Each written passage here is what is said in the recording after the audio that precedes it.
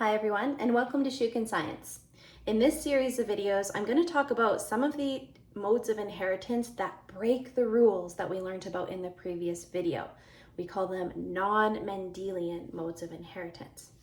And while there are several different examples, in this video, part one, we're going to focus on this set here, the sex-linked traits.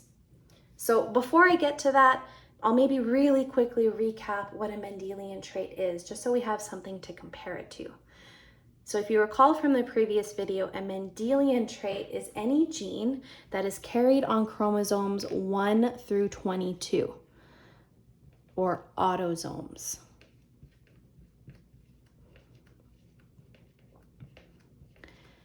And so for these Mendelian traits that are carried on autosomes, they follow very predictable patterns of inheritance.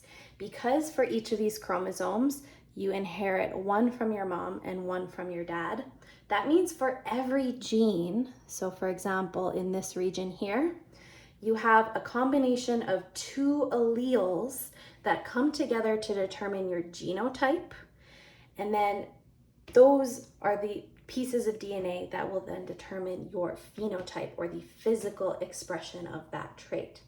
So for Mendelian inheritance, there are three possible genotypes or allele combinations that you can inherit from your parents depending on the genes that they carry. If you inherit two dominant alleles, one from each parent, then your genotype is referred to as homozygous dominant. If you inherit a dominant allele from one parent and a recessive one from the other, then your genotype is referred to as heterozygous. Regardless of which of these genotypes you have, though, since the dominant allele suppresses this recessive one, in both cases, you end up with the same dominant phenotype. Whereas if you inherit a recessive allele from both parents, since there's nothing to suppress them, in that case, you will inherit the recessive phenotype. So this is the characteristic of any Mendelian trait. Again, a single gene trait that is carried on one of these 22 pairs of autosomes. Sex-linked traits do not follow this same pattern. And that's because they are carried here on sex chromosomes.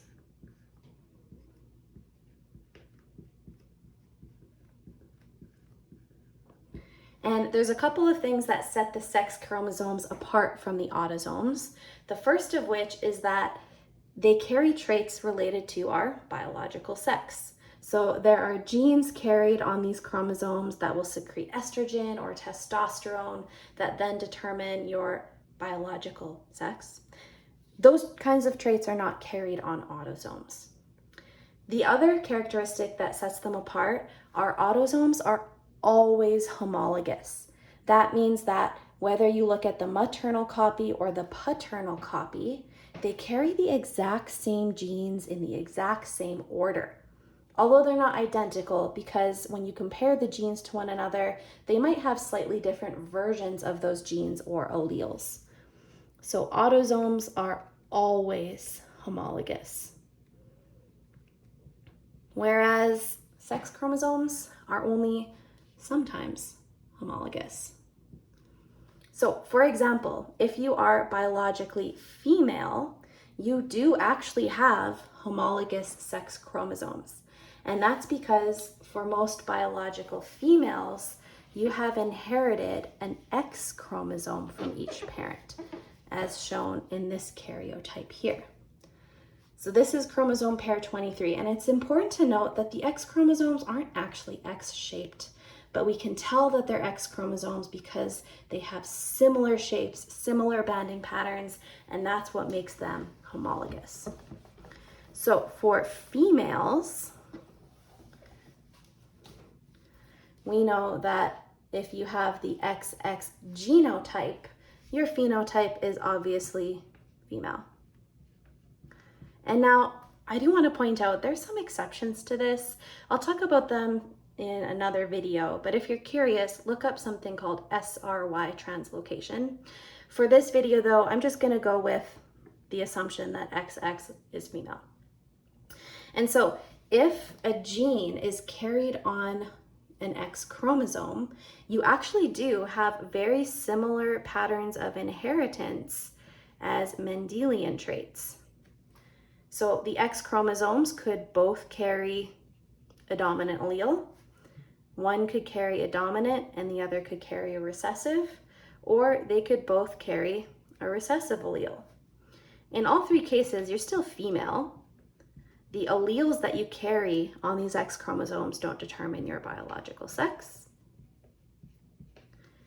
And very similar to Mendelian inheritance, as long as you have one dominant allele, whether you're homozygous or heterozygous, you are going to demonstrate the dominant phenotype, whatever that might be for that particular trait. And just like in Mendelian inheritance, if you have two recessive alleles, there's nothing to suppress them. And so you will, of course, demonstrate the recessive phenotype. So actually, this kind of holds up with Mendelian inheritance. It really doesn't break any of the rules that we see. It's when we look at the male karyotype that we start to see rules being broken. So if you are biologically male, you most likely have an X chromosome from your mom and a Y chromosome from your dad. And so the karyotype is actually going to look something like this. Here is your Y chromosome. And you'll notice that it is very different from the X chromosome. The Y chromosome is teeny tiny. There are so few genes carried on the Y chromosome, and that's why it's so small. The main one that it carries is the testosterone producing gene. And so if you are a male, you actually have non-homologous chromosomes for this 23rd pair. So you can always tell what the karyotype of a man looks like compared to a woman, because for the 23rd pair, you'll have non-homologous chromosomes. And this is where, like I said, we start to see rules being broken. So if you are male, your most likely genotype is, of course, XY.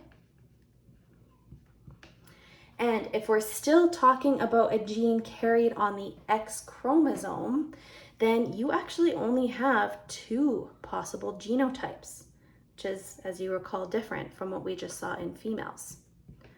Because men only have one X chromosome, since these two are non-homologous, and this Y chromosome does not carry the same genes, if you carry the dominant allele on your X chromosome, you will, of course, demonstrate the dominant phenotype.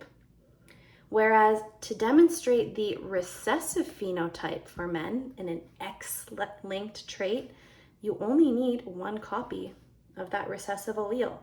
And that's because there's nothing to suppress it. So it's not like you need two copies. If there's literally no other alleles present to affect the expression of that one, then you will have the recessive phenotype.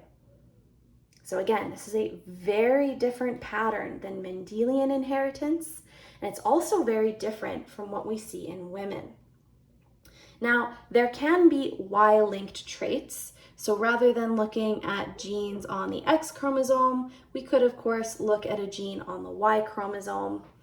But that's going to follow a very similar pattern to what we see here. If a gene is carried on the Y chromosome and you have the dominant allele, you'll have the dominant phenotype. And if you carry the recessive allele, you'll have the recessive phenotype. So once again, not following those Mendelian patterns that we had talked about before. The other reason why sex-linked inheritance breaks some of the assumptions that we made in our previous video is because males and females do not have equal probabilities of inheriting these chromosomes. For example, if you are a man, and this is what you see in your 23rd chromosome pair, when you go to make sperm cells, half of your sperm are going to receive this X chromosome, and half of your sperm are going to receive your Y chromosome. Remember, gametes are haploid. So this applies to this set of chromosomes, and this one, and all 23 pairs. In every single sperm cell, you will receive either this copy of the chromosome or this one.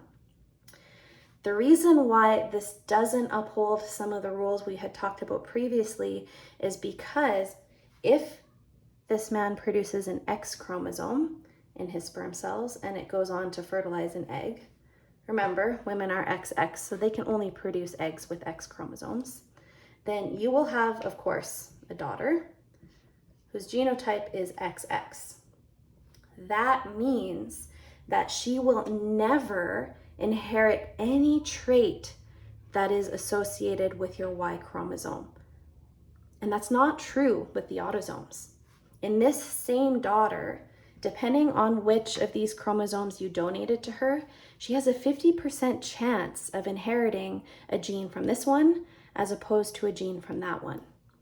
So this breaks some of the rules of Mendelian inheritance because probabilities are not the same for the autosomes versus genes carried on the sex chromosomes. And then similarly, if you actually fertilize an egg with a sperm that carries a Y chromosome, you will of course have a son. Now he does have an X, but that X came from mom, which means that any trait you carry on your X chromosome will have a 0% chance probability of making it into your son. And any trait that's carried on your Y has a 100% probability of making it into your son, which once again is not true out of your autosomes.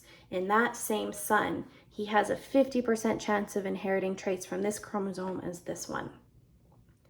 And so because of some of these unique patterns, we refer to sex-linked inheritance as non-Mendelian.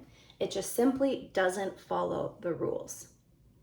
A nice way of summarizing it is traits that are carried here on an X chromosome, so whether it's a dominant or a recessive allele, they will never make their way into a son.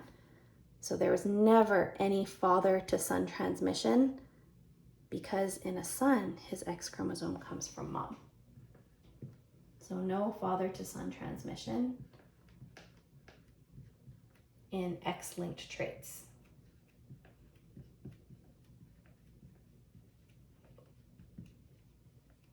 Whereas in a Y-linked trait, if we're talking about characteristics carried on the Y chromosome, there is always father to son transmission.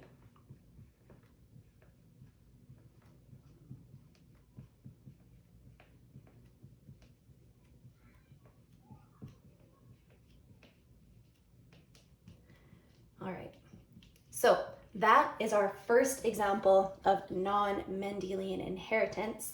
If you want to check out some of the other examples, stay tuned for the next videos. Thanks, everyone.